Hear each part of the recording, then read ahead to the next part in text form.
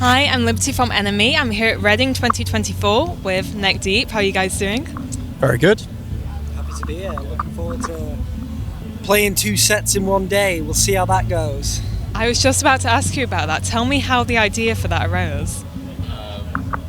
We got an email and we were like, yeah, that sounds like it could be fun. So we'll see how, like Sam said, see what happens really. I think, yeah. Here's the proposition to play twice in a day. I guess you're not going to say no, are you? You're going to be. It's a show of. It's a compliment. Yeah, for sure. Especially at this point to have a new record out, but it have just been an anniversary for some old stuff, and coming up to an anniversary of Life's Not Out to Get You, it's a good chance to play like a good amount of the catalogue. So we're doing no repeat songs, so completely different sets. So a lot of songs we've had to practice, and we'll see how they go today. Are there any this time round that you're going to break out for maybe the first time in a while? Definitely. Yeah. Crushing Grief is one that's not been played for a long time. Really long time. The Beaches for Lovers has never been played in the UK. Well, other than like a record show, but that was the first time. Pretty sure. Kingston. Oh, That was the first time that. Once. Yeah, so Haunt You was is true. Haunt You has never been played on UK soil. And Serpents hasn't been played for like 5 years or something, 6 years. So Slam Dunk was the last time we did that, 2022. Oh, okay, we did play it. Yeah. So yeah, quite a few different ones. How does it feel for you as the artist to introduce it into your set? Because obviously there might be like a bit of nerves there, maybe you're just excited to air them out, maybe get a bit more momentum for them, for people who maybe, I don't know, overlook them.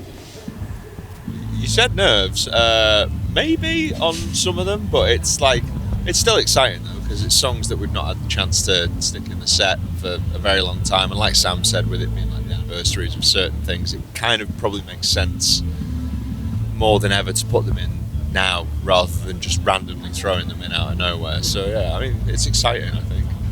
I think if you're a Neck Deep fan as well, and you have come to shows throughout the years, there are going to be 4 or 5 songs that they've never seen us play. So I'm pretty sure they'll be highly welcomed. Yeah. So last time you spoke to us, it was just before the album came out. It was also just before a big milestone that you guys had, your biggest show today at Alexandra Palace. Tell me how that went.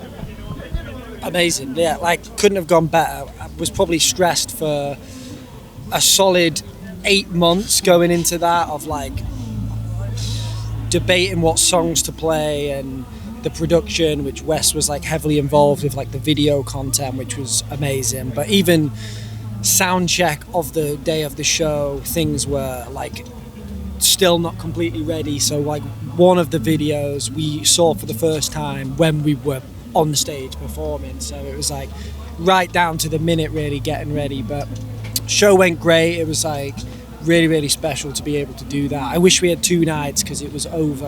I was literally going to say, yeah. It went so fast. Like before you knew it, it was like, oh, we're off to now play the encore, and it was crazy. Wild. It was like, I remember the first 3 songs, and then I just remember waking up at home the next day being like, whoa, what happened there? It was crazy, but I would say probably one of the best nights of my life. Agree. It felt like a long time coming. Like the fans were sort of rabid there. Like they really, really wanted it. I feel like you gave the energy as much as they gave it. For sure. I think we've been just wanting to do something like that, and to have the kind of production and like content, video stuff, how you always envision being able to like showcase your band and stuff. It's nice to be like, this is, if we could do this every show, this is how we would want to do it. So to be able to at least get to do that once is amazing, but also a huge headache. I can't imagine doing that every day. Oh, no. It took an army to get that together. I think like it is crazy that it's all of that work for one show, and it's like, and now we're done, and it's like, oh wow, now what? Yeah, it did feel like that. I remember a few of us the day after the show like spoke, and it was like, it felt like it was such a high that the next day the band was over.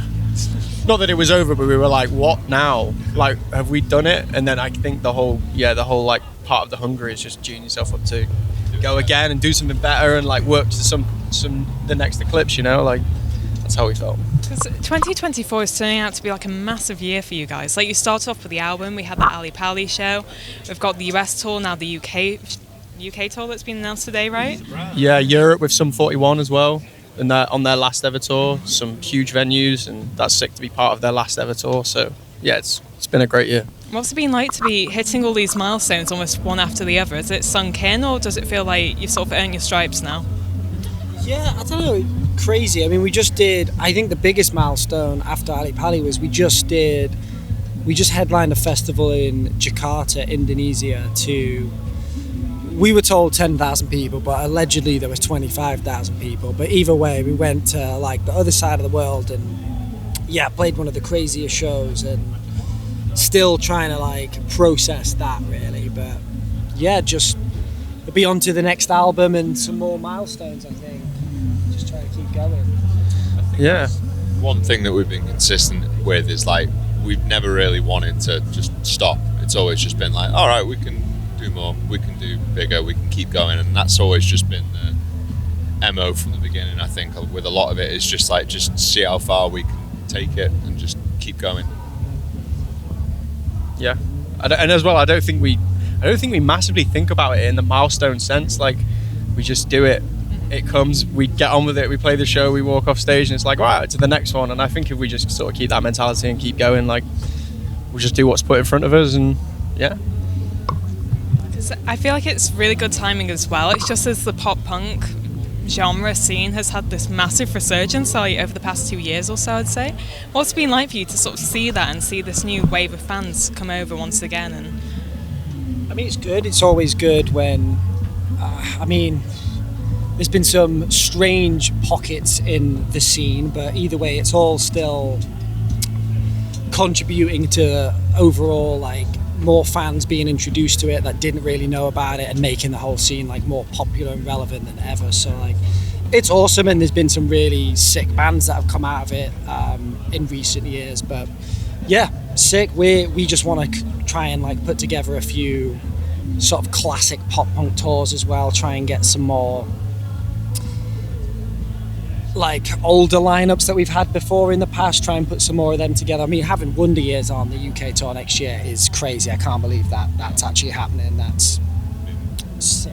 We did our first proper full UK tour opening for the Wonder Years, so it's just a very strange like full circle moment where it's like, oh, we're taking you out on tour, okay, fine. But it's very, very, very cool. Like Sam said, like getting a lot of some of our mates together with us and to tour with them again would be quite cool. Hopefully we'll get to do that soon. okay, and then tonight you're playing with another pop punk heavyweight. We've got Bling 182 playing. Were they an influence for you? Yeah, I think for a few of us, Ben and Seb who aren't here, like favourite band ever, like goated band. So yeah, we're all very, very stoked to be watching them 2 nights in a row. And we'll be hanging outside their dressing room trying to say hello for sure. Tom! But yeah, very stoked. I was late to Blink. I was a metal kid when I grew up, so I was sort of like, had to force myself upon it, and I was always like, Joey Jordison's better than Travis Barker, and then I grew up a bit and was like, well, no, he's not. Travis Barker is the best. Yeah, so, yeah, stoked. Yeah, they're awesome. So what was the song that finally did it for you?